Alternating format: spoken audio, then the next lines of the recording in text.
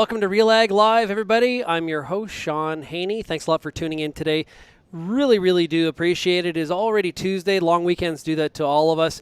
I greatly appreciate you making RealAg Live a part of your day. And make sure today to also tune in to RealAg Radio on Rural Radio 147 at 4:30 Eastern, 2:30 Mountain today as well. We're going to have lots of coverage of how you should be evaluating that frost damage or potential frost damage due to some of the really cold weather that happened overnight. Some temperatures across the prairies getting down to southern Saskatchewan, like as much as minus 10 Celsius. So lots to be concerned about depending on where you are in the stage of your crop. Today we're going to talk about harvest.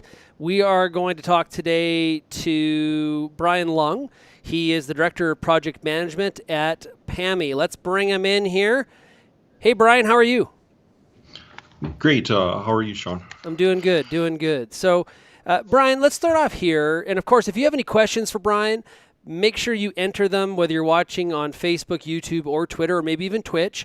You can enter your question or comment in the comment box, and I'll try to get as many of them as we possibly can. Love audience participation here on the live shows. Okay, Bryan, tell us a little bit about PAMI. What does PAMI do? What's the objective? So I guess PAMI has been around for, 45 years this year. Our background is everything to do with machinery for ag. We've been working on third-party independent testing, evaluations, engineering support in the ag sector, and as well we're working in transportation and the mining sectors as well. So the background behind PAMI is to support industry, to support the development of new technology, and basically enable agriculture. Prairie Agricultural Machinery Institute, is that correct? That's correct. Oh, I got it. Perfect. Guess the acronym. Winner. Okay. How is PAMI funded then? Is it basically just based on the projects that you do and that's how it's funded? So I guess the rough split for PAMI is we're about 15% government funded through the governments of Manitoba and Saskatchewan. And the rest of the funding comes as basically for project-based work. So if a client has a need for some development or evaluation or testing, they'll come to us and we'll do a project for them. Okay, we're going to talk about a topic today that I think is super important. I think it's often sort of missed in the harvest discussion, and that is harvest losses. And PAMI has been doing a lot of work in this area. Bryan, why do you think that measuring harvest loss has been sort of avoided or not discussed much in the past, but based on some of your research here as of late, boy, it's super critical. We're leaving some money in the field. Absolutely. I guess when you think about it, as you go through the whole agronomic cycle, you go right from, planning it and you do all the work and the preparation and the seeding, and then you do all your spraying and your in-crop and your fungicides and all of that stuff. And you get to the very end, and then that's when you should be really focusing on, because you've got all the costs in. You can't save any more money at that point. And so the loss is getting the most material or most crop into your bins at the end of the day is where the dollars are at this point. But I think that, especially as we get later on in harvest, there becomes a bit of a, we just got to get it done, right? And so you just sort of hammer down and try not to plug the machine and get going. And, maybe some of those, maybe you might have been checking for losses, at the beginning of harvest and being a good steward that way. But as you get later on, I think some people kind of cut some corners sometime and it sort of kind of gets avoided. Is that fair?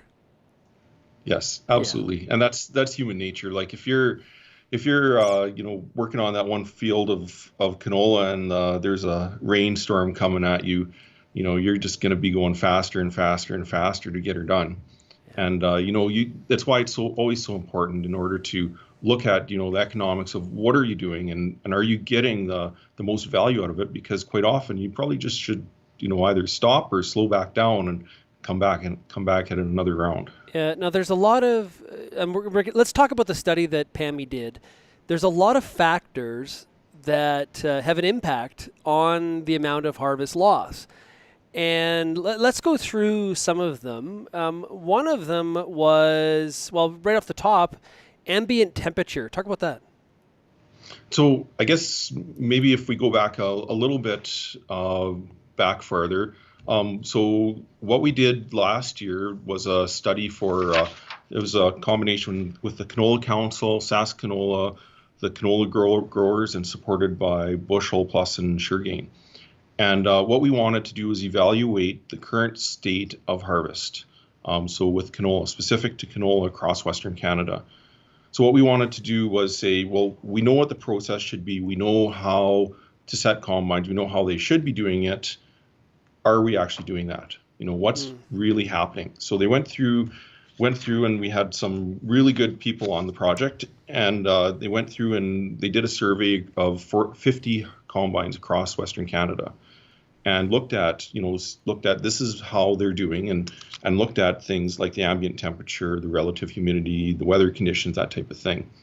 And to look at, okay, this is what's really happening out there, and compared to what might be happening.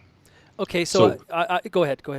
Yeah, no, go ahead. Oh, okay. I was going to say, so there's a lot of factors. I mentioned ambient temperature. I'll actually let you choose. Which factor do you want to talk about first? Which one provided some results worth noting? Well, I think the three of those that I mentioned, the temperature, the relative humidity, and the weather conditions, so whether it was sunny or cloudy, all had a very similar effect on the losses. So the drier the material, so like the warmer it is, or the lower the RH, or if it was sunny, the losses themselves were down. When you get into conditions where there's more moisture borne in what we call the MOG, the material other than grain, so things like the chaff and the straw, it becomes more difficult to separate. And so we're likely seeing a result on that. Okay, so below 23 degrees, 1.5 bushel loss. Greater than 23 degrees Celsius, a 0.8. So a difference between 0.8 and 1.4. Relative humidity, if less than 45%, 1.2, but greater than 45%, 1.6. I'm actually a little bit surprised that on the relative humidity there wasn't a wider gap there, but that's completely based on me doing no research and just kind of speculating. So yeah, and I think that it is. I think what it really bears to that we need to keep in mind is the weather conditions change throughout the day, right? You might go from in the morning where things are tough, you've got a low temperature, 12 degrees C, or in the morning like today, maybe it's 10. Yeah. And you get up to the peak of the day and you're, at 20, 22, and things change throughout the day. And as such, you also need to adjust your machines, your combines during the day as well. Okay, so I need you mentioned weather conditions. Okay, so we have sunny, partially cloudy, and cloudy. Significantly lower losses experienced with sunny conditions compared to cloudy, and partially cloudy compared to cloudy. Why the difference between sunny versus cloudy? Is that kind of in relation to the humidity then? Well, it does. It goes hand in hand. And, if the sun's shining on something, it gets warmer. And if we don't, if we just, hide it behind clouds or hide the material, it doesn't get the solar radiation that it would get, and it just makes the density change.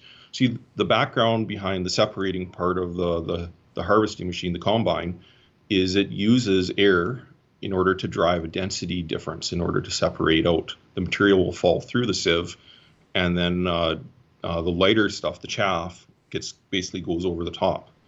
So anything you can do to drive that means that you can separate it easier. Okay, so if we take the worst of the categories of those three, so if we know that the temperature is less than 23 degrees Celsius and the humidity is higher than 45 and it's also cloudy, we need to be checking our settings more often? Well, I think that you need to make sure that you're adjusting your machine for the conditions that you're operating in. If it's cool when you start and it changes, it gets warmer, then you need to reevaluate. You need to change and basically reset your machine. One of the big things too is about measuring your losses, and that's what really was a lot of the background on this, is actually quantifying or measuring the losses that come out of the back of the machine. And if you don't measure it, you can't control it. You can't compensate for it. So you don't know that it's happening. You're dumping, sometimes, a bushel an acre over the back end, which is, a significant amount of your profit. There was a slight difference between straight cut and swath canola of only 0.3 bushels per acre. Is that, in the notes it says more testing required to better understand the results. Is 0.3 bushels an acre kind of statistically insignificant, or what are your thoughts there? Well, it doesn't, in these results here, it didn't show up as statistically significant, that it was a huge difference. That's probably more, as a result of basically the number of samples we've got. Okay. I think that the margins, as they get closer and closer, you have to have more and more samples in order to differentiate it. I got a couple comments here. One from Lindsay saying, "This is fascinating. I seriously wouldn't have thought sunshine would make that big of a difference." Is that a common reaction you get from farmers, Bryan? Absolutely. Actually, when our researchers, the project team, put the information together, they were just, like, wow, we didn't expect to see that much of a difference. Yeah. So it was there. Comment here from Danny Ottenbright from southeastern Saskatchewan. He says, "Why aren't we taking hot exhaust air and recycling that to the combine fans?" Not sure. I don't have an answer to that. Do you have a comment on that, Bryan?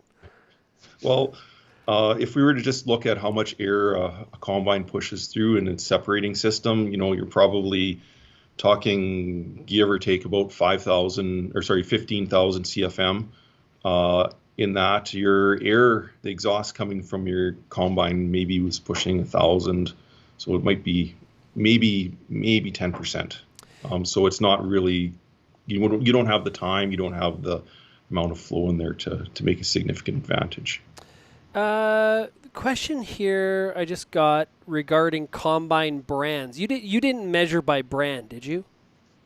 So for the purposes of this study, they were not separated by brand. We were looking more at the practices to try to get a real picture of what's happening out in the industry. But I know that you did look at combine age, and that is another piece of really kind of interesting results. What were the results on combine losses based on age of the combine?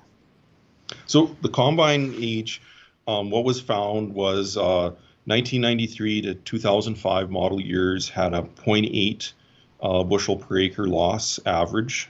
The 2006 to 2014 was not quite double that at 1.5%, and the 2015 to 2019 model years was around 1.3%. So I want to be really, really clear here that what we're only doing is we're measuring the losses. We're not measuring throughput or productivity. This is just a snapshot of how the combines are being operated in the field. So there's that's another interesting one, because if one was to guess, oh, this is easy. Newer the combine, the easier it is to set, the more sensors, less losses in the newer machine. Your results are actually the opposite. Any theories to why? So I guess we don't know specifically that these are the actual reasons, but I think what we need to understand is there's likely an expectation level when you buy a near $1 million machine that it's going to be able to do so much productivity through the field. Whereas if you have an older machine, you probably know what it's going to do, and what the machine, how to set the machine and how to adjust it, and you're less inclined or less likely to put the hammer down to put more bushels per acre through. So it's really not saying that you can't set a brand new combine to have a low loss, and you can't set an old combine to have an extremely high loss.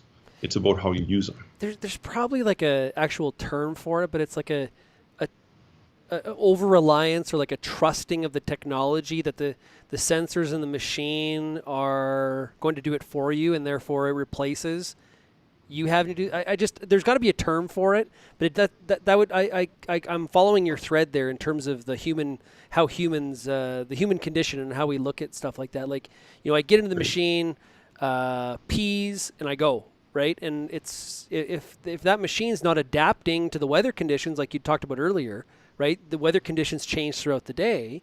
I woke up this morning, it was +2. It's now, I don't know, +11 or something like that. It's sunny. That's a big difference between morning and afternoon. So if that machine's not adjusting with the day, like you would, I could see that being an issue. Absolutely. Yeah. Absolutely, for sure. And it's probably further exaggerated with canola. Such a small seed. The machines, they work really, really well with large seeds because there's just a large density variation between them. But when you get into a really small seed, it gets really difficult. And So you didn't look at seed size, did you? no, No. not this was strictly with canola. Okay. Now canola variety. Was there any differences there in terms of you did do it here. I have shatter resistant versus non-shatter resistant. Not a lot of difference between the two types though.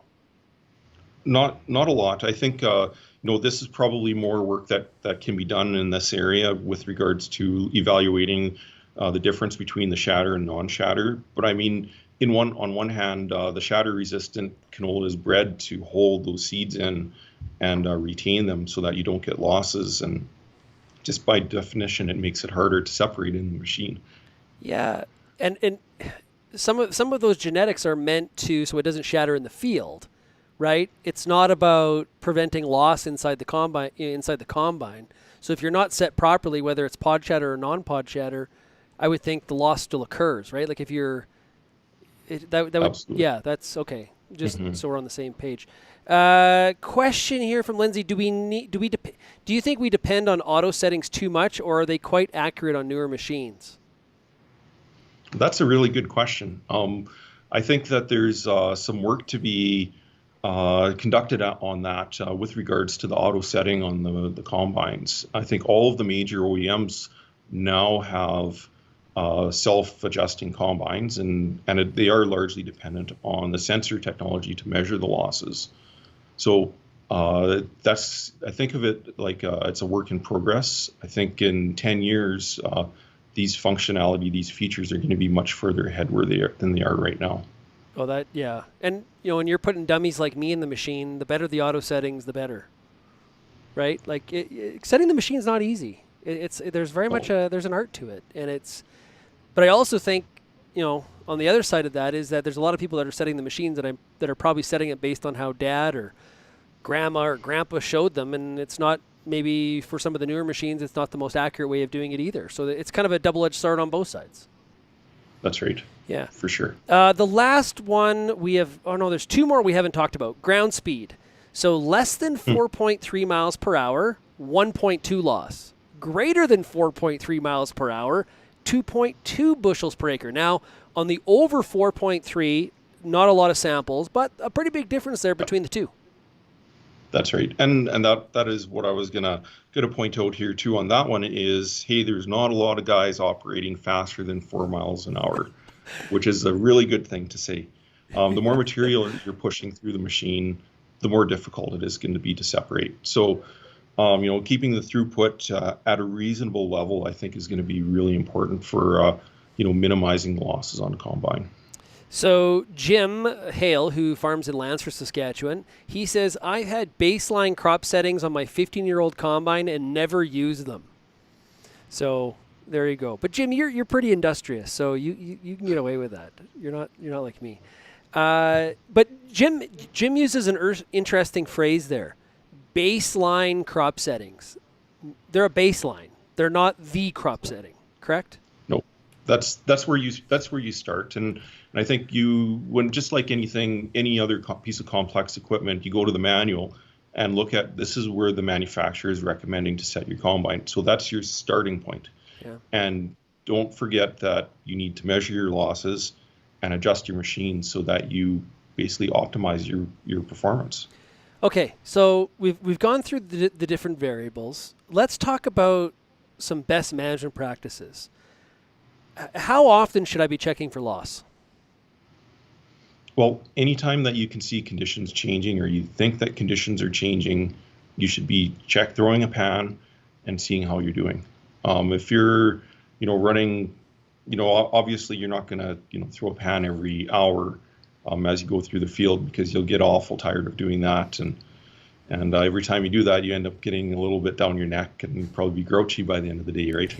Yeah. So, Absolutely. So, go ahead. You know what?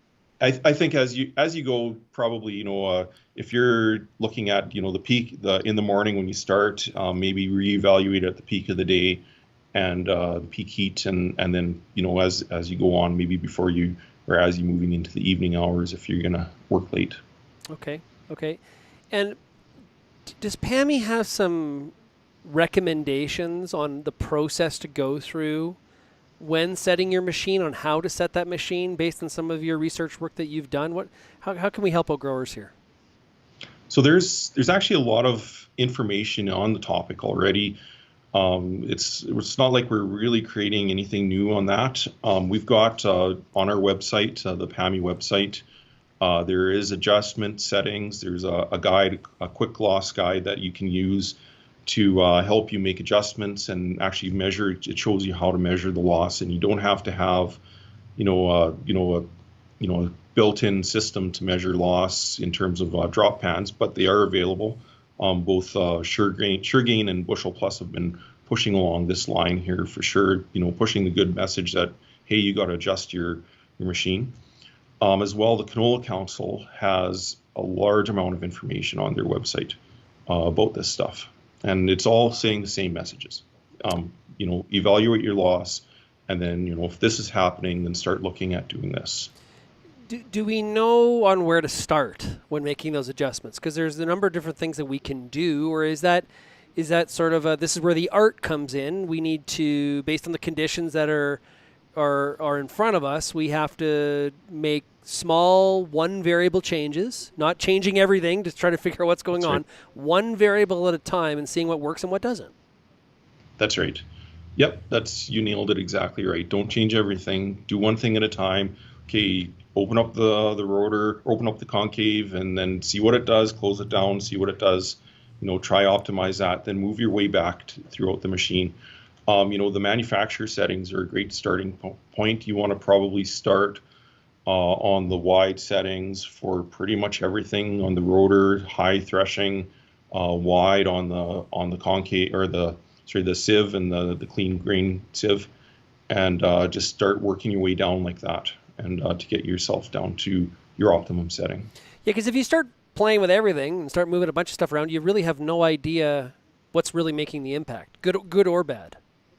That's right. And you have to recognize too that changing something at the front end of the combine will likely change something that's happening at the back end. So if you start over threshing your grain, your canola in this case, you can easily overload your shoe and make it so that there's so much material in there that there's no chance of you separating the canola out from the chaff. I've always found it interesting that we don't have a lot of combine setting clinics. So, and I'll compare it to corn and soybean planter clinics.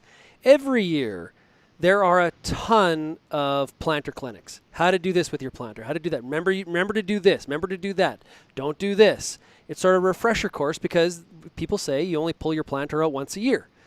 Well, we only pull our combine out once a year, yet we rely on sort of what we were taught on the farm or what we can vaguely remember from what happened last year in the exhausting harvest. It just seems odd to me that we don't have more of this kind of stuff. Mm-hmm. And it really is. There have been some done in the past, but certainly not on a regular basis. And, you kind of nailed it right at the front where it becomes really important on your losses because they're gone. Once you pass through the combine, you're never getting that back. Danny says that Kloss has an app. Danny, you should comment and let us know exactly what that app does. Do you know what it does, Bryan?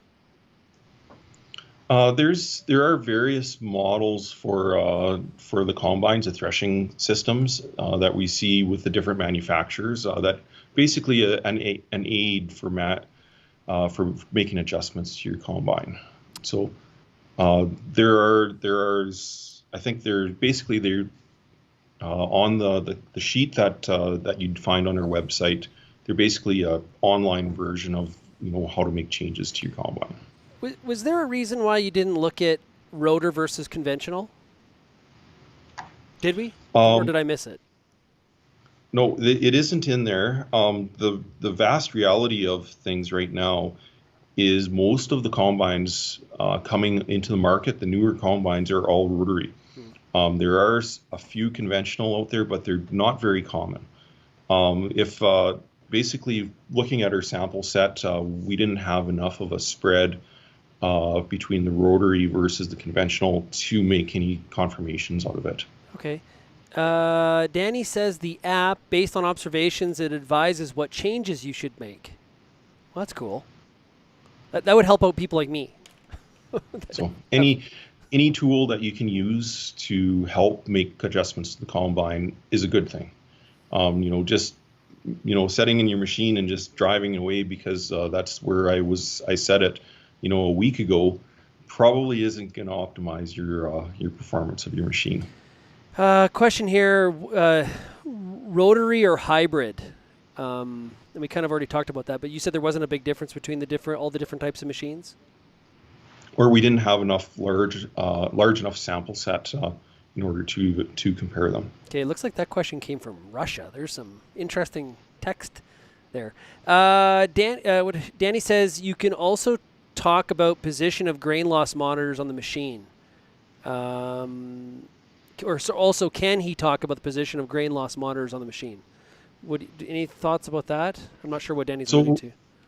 So I guess on the machines, usually the losses coming on the monitor that you'd see are measured on the back end of the separating. So that would be like the threshing module. So that'd be a rotor on a rotary machine or behind the cylinder on the conventional machine. And what they're trying to do is measure it does a count on the seeds. Yep. So that when they hit this acoustic plate, it picks up a little event. And on the back end of the machine, the cleaning area, it's on the back end of the shoe. So it's by the time the material goes over the sensor, then it's out of the machine. So you have to be careful about whether those sensors get blocked off by tough straw or if you're blowing out too hard, you'll blow the grain right over the sensor and out the back end. And that's why it's really important to get out there and throw a pan. Yeah, sorry. When I read that at first, I thought of the readout monitor. I never thought about the sensors. So I'll follow up by asking you: they can get blocked, or an issue where the sensor gets covered. We just can't rely on that readout. It's an indication, but we still need to throw a pan. Correct? That's exactly right. Okay. You don't know exactly what's happening until you actually get out and look. The question we got earlier about rotaries and hybrids, it was from the Ukraine. I said Russia, but he corrected me and said the Ukraine. So there we go. Awesome stuff. Great. Unbelievable. Hey, what's the PAMI website, Bryan, if somebody wants more information? It's www.pami.ca. Okay. It's really that simple. Awesome stuff. Hey, Bryan, I really appreciate you joining us here today. We got great involvement from the audience. I really appreciate everybody tuning in today and checking out RealAg Live. Very shortly, we're going to be moving to 5 days a week. Well, we're 3 days this week. Tomorrow's guest is going to be Peter W.P. Johnson. We're going to talk about some of the impacts of the frost and stuff like that as well. Maybe possibly a super, super big soybean crop coming in Ontario here. Hey, question here. Last question. One more question from Jim. Throwing pans ... chopper disengaged ? Absolutely. In the process that's documented in these websites is you need to have the chopper and the spreaders disengaged. If you basically throw the full width of the combine, your accuracy, repeatability of what you're measuring is basically thrown out the window. So you want to basically windrow that material behind your combine, and as close to getting a full width of that is going to give you the most accurate results. If you're trying to measure, plus or minus 0.1%, then you need accuracy. I can remember. There's nothing better being the driver, and all of a sudden you see somebody like run up and really rip the pan underneath, in between the tires to try to get it in there nice and square. So. That's right. Yeah, for sure. Hey, Bryan, this has been great. I really appreciate it. PAMI does some great work, and it's great to display that here today on RealAg Live. Thanks a lot. All right. Thanks a lot, Shaun. And I guess want to make sure that everyone has a safe and productive harvest moving forward. So. Absolutely. Safe harvests are the best kind of harvests. Okay, like I said, tomorrow is Peter Wheat Pete Johnson. Please check out RealAg Radio on Rural Radio 147 today at 4:30 Eastern, 2:30 Mountain. We're going to have a great discussion there. And, of course, check out the realagriculture.com newsletters. Go to realagriculture.com/subscribe. Every morning you wake up, boom, the email's in your inbox, and you have all the insight on the issues that are impacting your farm business on a daily basis. That is realagriculture.com/subscribe. Thanks a lot, everybody, for getting real and getting connected with Real Agriculture, and we'll see you again tomorrow. Cheers, everybody.